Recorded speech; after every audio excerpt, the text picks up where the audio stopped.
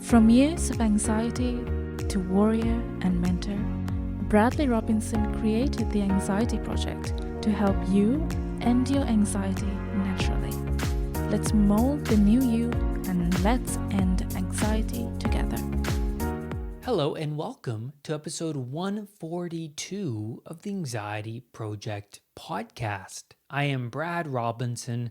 Today I'm talking about the signs that we fail to notice when going through anxiety recovery. It's important to reflect back on how far you've come, the improvements that you've made, the habits, the positive aspects of the new habits that you've started, so that you can remind yourself, oh, this is how far I've come already. And that helps light and spark that flame from beneath you so that you can get out of those setbacks that inevitably come, those days where you feel like you're never going to change, but failing to realize how far you've actually have come already, the improvements that have been made already.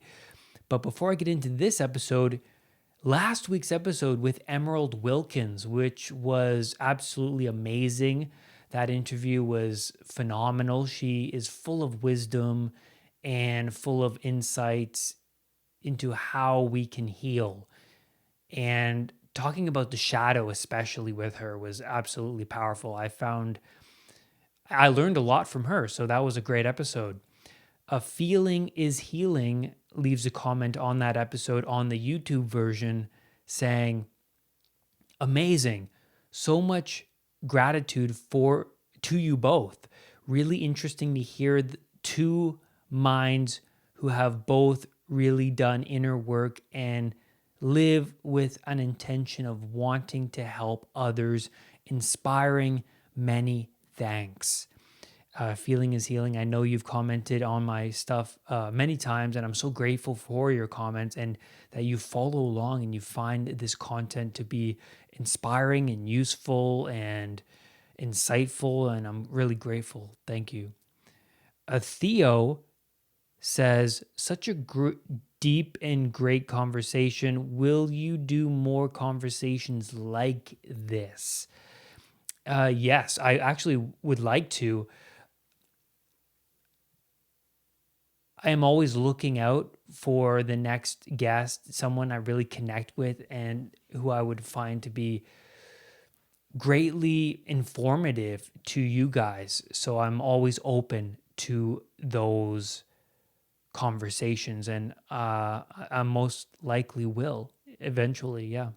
Sarah C says, absolutely loved the part when you both talked about the shadow. Yes, Sarah, you and me both. It's a really powerful part. It's so important for healing. Emerald was full of wisdom. Thanks for the convo. Yes, she is amazing. And if you haven't checked out that episode, I recommend you go and listen to it, maybe even a couple times, because some of the stuff she was talking about is really deep stuff. Sometimes it requires 2 times a listen to really ingrain that information. So this episode is all about the 5 signs you are on the right track, noticing these signs. And this episode goes hand in hand with my new video. The video, not this latest video, but the video before that, anxiety recovery setbacks, right? Because you have a setback and then we fail to realize how far we've come already, right? And that is important for getting out of the setback. It's necessary to reflect back on progress. First, it prevents you from sliding too far in negativity. And second, you notice that you are not in the same place you once were before. You are no longer in that chaotic loop or so far deep in that chaotic loop. There has been some incremental progress. You're further down the path. So the 5th sign you are on the right track is You go longer stretches of time without severe anxiety throughout the day. That was huge for me to realize. And so compare your anxiety levels from 1 to 10 now to the older you. The you that was at a level 9 or 10 every single day. Maybe you've had a day where you've been down to a level 6. Reflect back on that day, right? Before you had level 8, 9s, and 10s every single day for the past few months or maybe even years. And now reflect back. Maybe you had a day where it was a level 6 or a 5. And how did you get there? You see your circumstances as a challenge rather than the end all be all. That's the developing mindset that begins when you go on this recovery journey. You start to open the doors to new avenues that you haven't trotted. The unknown is where you develop yourself. That's where you gather new information. The known territory is where you cling on to the same things. The repetition is where repetition is located in the known territory, but you have to venture out to gather new information. So there's a shift in mindset, right? When you go on this recovery journey, you start to peer through different avenues of your mind. You now understand that the developing mindset is what pushes you outside the box. And that's where you need to go. The box of your old personality that you've been trapped in. The known territory that needs to break apart so that you can learn the lessons and gather the new information, right? The fourth sign you are on the right track is you remain in anxiety-inducing environments rather than leaving.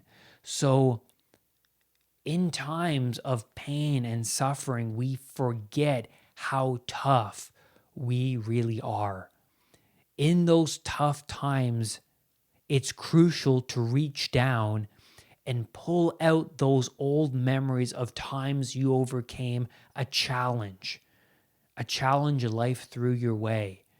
So when a new circumstance, a new chaos emerges in my life now, even though I've overcome all of these challenges in my life, a new challenge pops up, and that is a test. It's a test on how well I can handle that challenge. Sometimes I need to pull out. Oh, yes, I overcame panic attacks in these circumstances. I overcame these addictions. I overcame these negative habits that were so difficult to break. I have to reach down and remind myself of how brave I really am, how strong I really am. And then those challenges that pop up don't seem much of a challenge as it would be in my past when I used to be so reactive and sensitive to any chaos, any novelty. You also understand, now that you've gone so far in this recovery journey, you also understand and remind yourself that life doesn't get better quickly, that it's a gradual process, incremental steps. How do you build a house? One brick at a time. How do you run a marathon? One step at a time. Sometimes when you start to think of the finish line, it becomes so overwhelming that you want to stop immediately. So when I go out for a run, my mind does that. It goes to the end. It's so far away. I got 30 more minutes of this. How am I going to pursue through 30 minutes of this pain? But then I start to come back into the present moment and feel the next step, and the next step. I start to be more aware of those moments rather than thinking about the end of the marathon or the end of the run. Each anxiety producing situation is an opportunity for growth. You understand that now that you've gone out and faced those fears that you've been hiding from. Facing those situations is an opportunity to prove the older you wrong. I changed my mindset to wanting panic attacks to happen throughout the day so that I can challenge myself. I looked at panic as an opportunity for me to grow rather than some huge dragon waiting for me. I was inviting the dragon to play rather than repressing the thought. And so when I started to think to myself, I want a panic attack today, that would be a great opportunity for me to prove my older self wrong, to be more braver than I am now. Very powerful. The third sign you're on the right track is you're speaking less words that make you feel weak. Powerful. What we say can determine our emotions and our values and beliefs. Sometimes, when I look back at my older self, I would say things without thinking them through. It was like this impulsive reaction that was out of my control. And I realized when I started to pay attention to what I was saying, it was a reflection of what I believed. So I started to change the words and I started to not speak rather than feel the need to speak.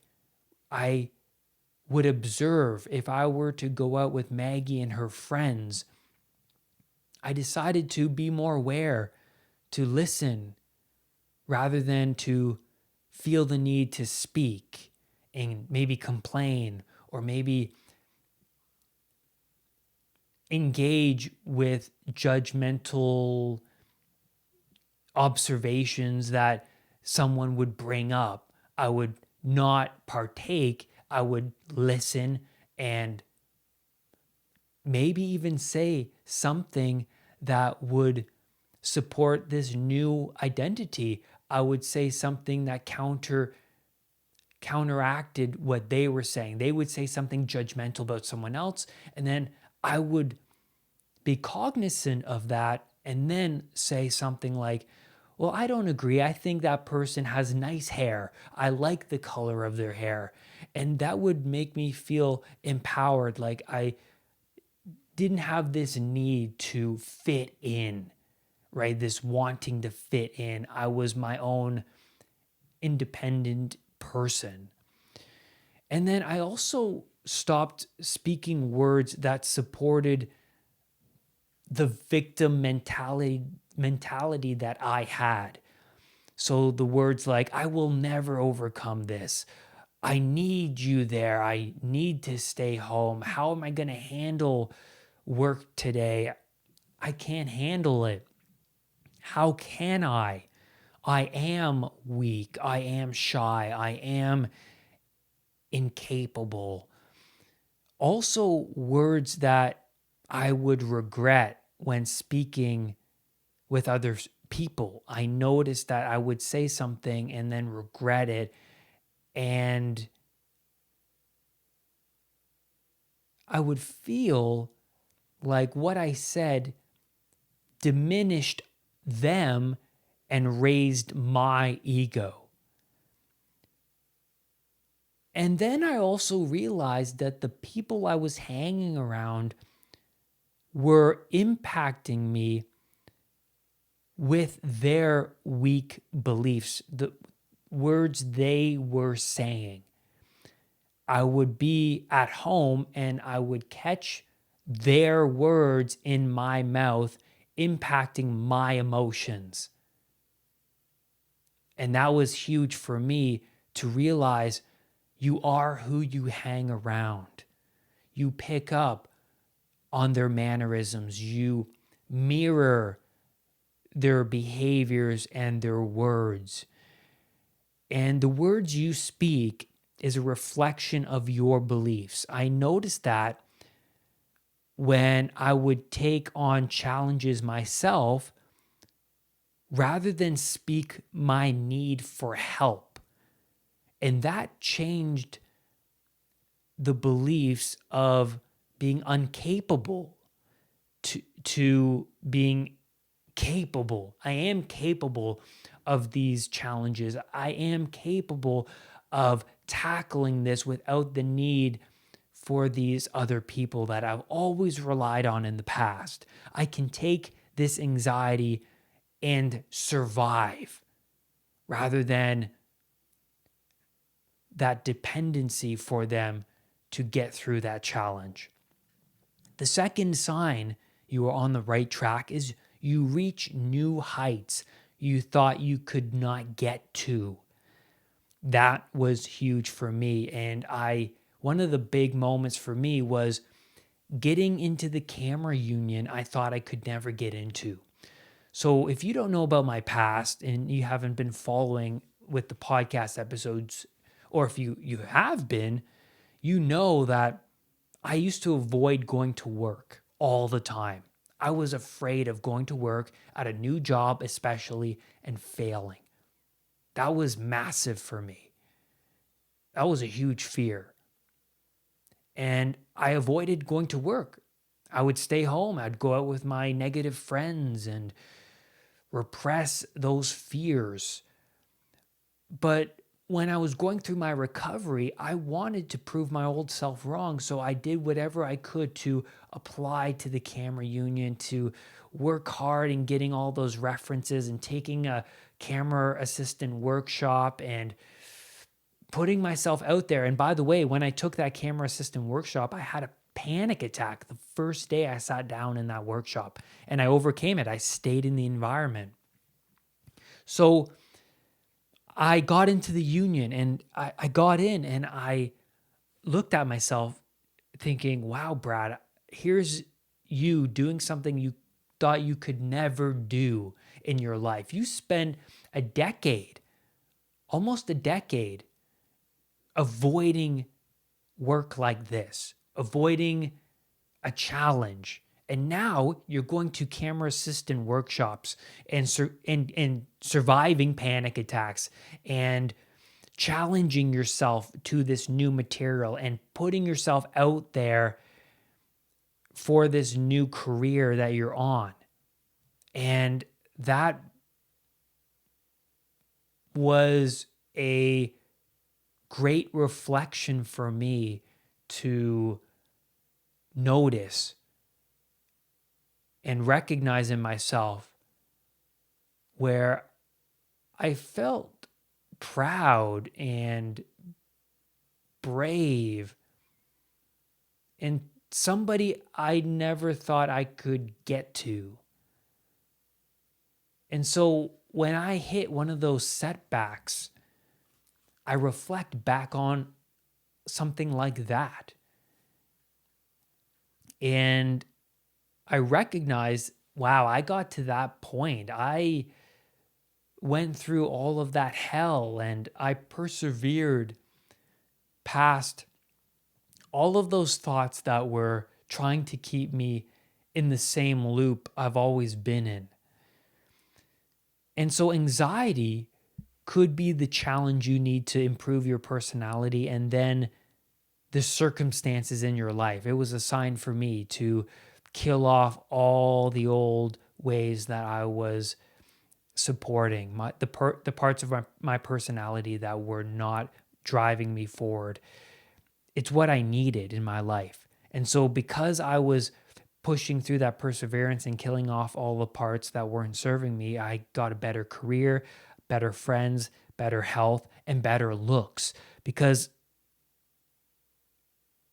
when I changed my lifestyle choices, everything else started to get better. All those other aspects of my life started to get better. You see other people who are stuck in that anxious loop, they age rapidly and they manifest and they keep on manifesting negative circumstances. And I see that they're in the same known territory. That known territory is pain. Pain can be well known and can be this domain of familiarity. Anxiety was a sign for me that everything was out of balance. That was huge. The first sign you may be on the right track to this recovery and to a better you is that you have many new habits that the old you did not have. And it's important to mark your routines on a calendar to see your progress. So when I was doing the Wim Hof method every day, I would write down on the calendar, Wim Hof method, Wim Hof method. And then I would reflect back on, oh, I did a week of that straight. I feel pretty good. I feel the benefits of that habit. I recommend you go, I got a dry erase board, like this small board that has the days of the week on it. And I hung it in my room and I write down my goals of the week and then what I've accomplished during the week on that board. So that's powerful if you want a constant reminder of, first of all, why you're doing this, and second of all, how far you've come. Right? Each day is an opportunity to prove your old self wrong. If you do not like where you are in life, then do things that are the opposite of what you are doing now and see what happens. See what happens. Those who don't change, they hold onto the shell of who they think they are because of the resistance that comes with starting something new. It's that cognitive dissonance, right? Feeling, thinking, and behaving in a manner you're not accustomed to. And it's important to recognize that a habit is unconscious and it's a program. It's a program that is deeply installed if it's practiced for more than 21 days. It's a program that makes up your personality, who you are. And when you recognize this habit, or in other words, program, is the first step, recognizing that, hey, this is a program that I want to uninstall. This is a program that I want to replace. This is a program that is stalling my progress. I don't like how I feel when I engage in this program, in this habit. Follow others is really important who have had the same habit and have changed the habit. So what did they do? How did they feel? What were the benefits of them changing the habit that you feel like you should change? Or you see that this is a habit that makes up the personality of someone who is successful spiritually, mentally, physically, emotionally, energetically. Were there benefits of uninstalling this habit for them? Was this habit filling a void in their life and creating more bad outcomes than good outcomes?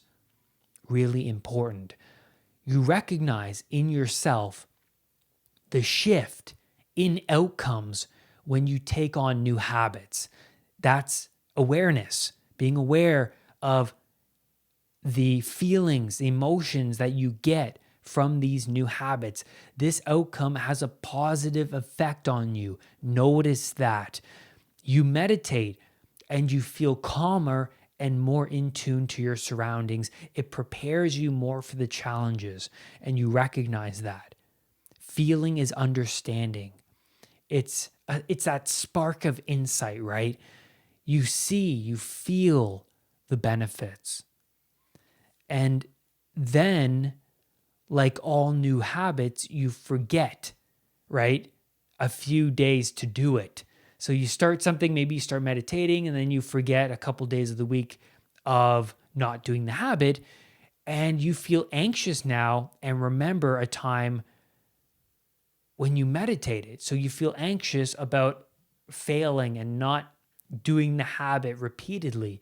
But like all things, you do it badly, right? All new things requires you to be a fool at the beginning.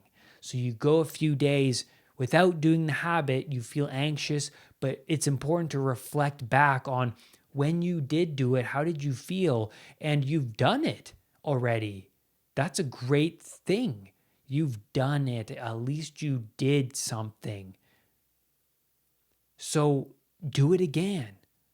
Do something challenging today so that the future you will greatly benefit from it and will be mentally harder and stronger.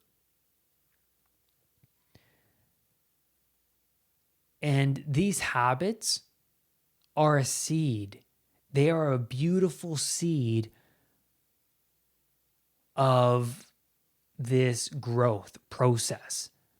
And ask yourself, why are these habits practiced by the great spiritual teachers of our time, right? There must be a reason behind it. What habits are you willing to sacrifice in order to make things better for you? It's either the world is making everything worse for you, or it's you. And let me tell you something. It wasn't the world, it was me. I was a guy who was waiting around for everything to get better.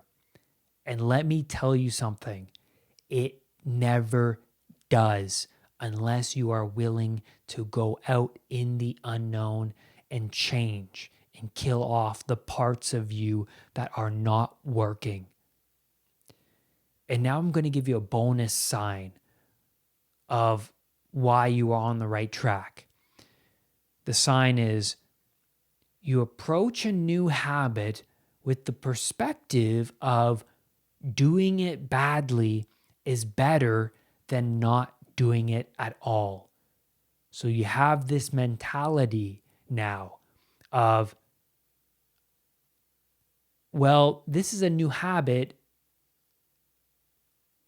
I'm going to do it badly, and that's better than not doing it at all. We all expect ourselves to do something perfectly, right? If it's not perfect, if we don't do well at it, then we just should not do it. And that's wrong.